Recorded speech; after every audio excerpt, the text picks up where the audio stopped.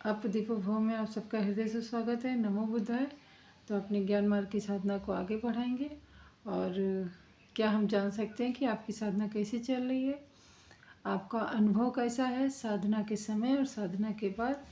तो आप चाहें तो कमेंट करके बता सकते हैं, जिससे कि हमें भी कुछ ज्ञात हो कि आप लोगों का अनुभव कैसा रह रहा है।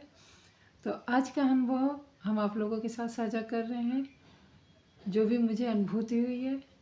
तो आज हमने ये जाना ध्यान साधना करते समय कि प्रत्येक मनुष्य की अलग अलग अनुभूतियाँ होती हैं, उसके शरीर के अनुसार, उसके कर्मों के अनुसार, उसकी जो शरीर में व्याधियाँ हैं यानी कि बीमारियाँ हैं, उनके अनुसार हर एक मनुष्य की अलग अलग अनुभूतियाँ होती हैं।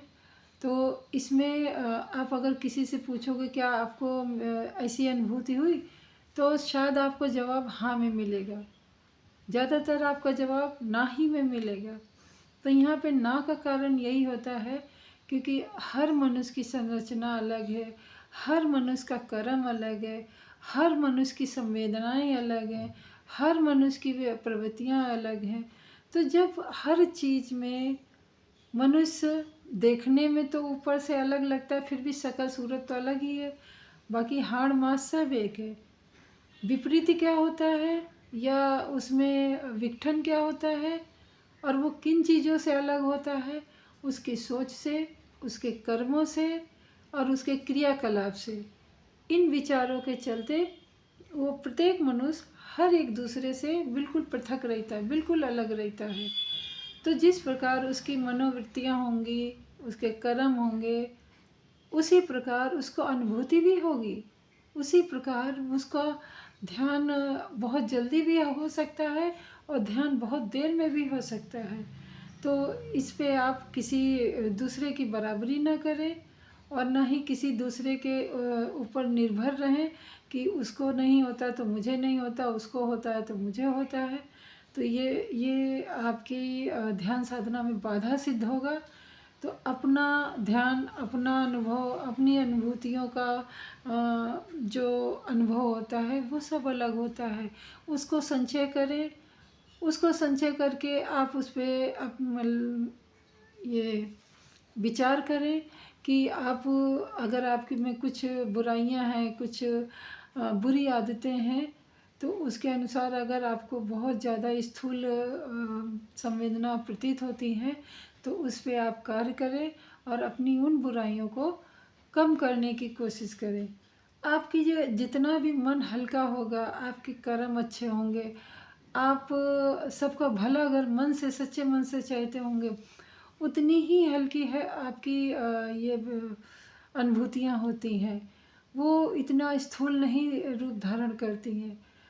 तो यहाँ पे कोई ज़रूरी नहीं कि हमारे मन के विचार के अनुसार, पर हमारे रोगों के अनुसार भी हमारी अनुभूतियाँ हमें दिखाई देती हैं, हमें महसूस होती हैं। जैसे कि उदाहरण के लिए मैं अपना अनुभव बताऊं, हम और मेरे जो पति देव हैं, हस्बैंड, वो दोनों सुबह साथ में ही साधना कर रहे थे। तो उनको रक्तचाप की भी थोड़ा सा भी शिकायत है और मुझे रीढ़ की हड्डी की शिकायत है, जो स्पाइनल कॉर्ड, और उनको हाई बीपी। यानी कि हमारी जो मनोवृत्तियाँ हैं वो मायने यहाँ पे नहीं रख रही, मायने यहाँ पे रख रही हैं हमारी इस शरीर की व्याधियाँ यानी बीमारियाँ। यानी उनको हाई बीपी है तो उनको अनुभूति होती है, और हम लोग देखते भी हैं जब वो हमसे तो खैर ज़्यादा समय तक वो ध्यान में रहते हैं, तो उनका पूरा बॉडी वाइब्रेट होता है, ऐसे हिलता है। जैसे नहीं कि हम कुछ चीज़ किसी बर्तन में दो चीज़ें डाल के मिक्स करते हैं, ठीक वैसे ही उनका शरीर हिलता है। और हमें क्या अनुभव हुआ, हमारा या तो शरीर आगे की ओर बेंड होता है, झुकता है, या पीछे की ओर झुकता है पूरी तरीके से। तो आज हम लोगों ने अपने अपने जब अनुभव साझा किए और पाया भी, तो निष्कर्ष ये निकला कि जो भी अनुभूतियाँ हमारी होती हैं वो हमारी व्याधियों, जो हमारी बीमारियाँ होती हैं, उन पर भी बहुत निर्भर करती हैं। जैसे कि मैं यहाँ पे आपको बता दूँ कि जो आचार्य गोयनका जी हैं, उनको माइग्रेन की बीमारी थी, यानी दिमाग की बीमारी थी, और उनको बहुत ज़्यादा तकलीफ़ थी, और उनको सभी डॉक्टरों ने यहाँ वो पहले बर्मा में रहते थे, वहाँ भी और यहाँ भी सब ने मतलब लाइलाज बीमारी कहा, पर किसी ने उनको ये ध्यान साधना का रास्ता सिखाया, विपश्यना सिखाई, और आगे बताऊंगी उनके गुरुजी कौन थे। और वैसे भी तो सोशल मीडिया पे सब पढ़ा ही है, तो आप अगर सर्च करके देखेंगे तो पूरी जानकारी आपको मिल जाएगी। तो उनको भी माइग्रेन की बीमारी थी। उनका अनुभव था, उनको पूरे शरीर में ऐसे बुदबुदे होते थे। तो यहाँ पे 3 अनुभव तो हम बिल्कुल साक्षात, हम प्रमाण के साथ कह सकते हैं ना। एक तो गुरुजी का अनुभव माइग्रेन में, जो उनको बुदबुदे से हुए, वो साक्षात है। दूसरा मेरे पति, जो उनको हाई बीपी है, तो उनका पूरा बॉडी, पूरा शरीर ऐसे शेक करता है, हिलता है ध्यान साधना करते समय। तीसरी मैं स्वयं, जो मुझे रीढ़ की हड्डी का, स्पाइनल कॉर्ड का प्रॉब्लम है, तो मेरा शरीर या तो आगे झुकता है या तो फिर पूरा पीछे झुक जाता है। उस समय हमें दर्द का अनुभव बिल्कुल नहीं होता है। हालांकि अगर हम ऐसे व्यायाम करेंगे तो हमें दर्द का अनुभव होगा, कहीं ना कहीं की नस हमें खिंची हुई महसूस होगी। उसमें बहुत ज़्यादा मतलब अगर जल्दी से सीधे नहीं होते हैं तो इतना दर्द होता है कि असहनीय हो जाता है।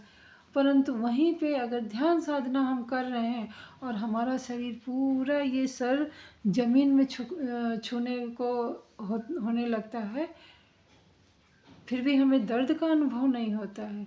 तो यहाँ पे हम प्रमाण के साथ कह सकते हैं कि शरीर में बीमारियों जैसी आपकी बीमारी होगी, उस अनुसार आपको ध्यान साधना करते समय अनुभूति होगी, और उन्हीं अनुभूतियों को अनित्य करते हैं तो हमारी वो व्याधियाँ ठीक होती हैं, वो हमारी रोग दूर होते हैं, रोगों का निवारण होता है।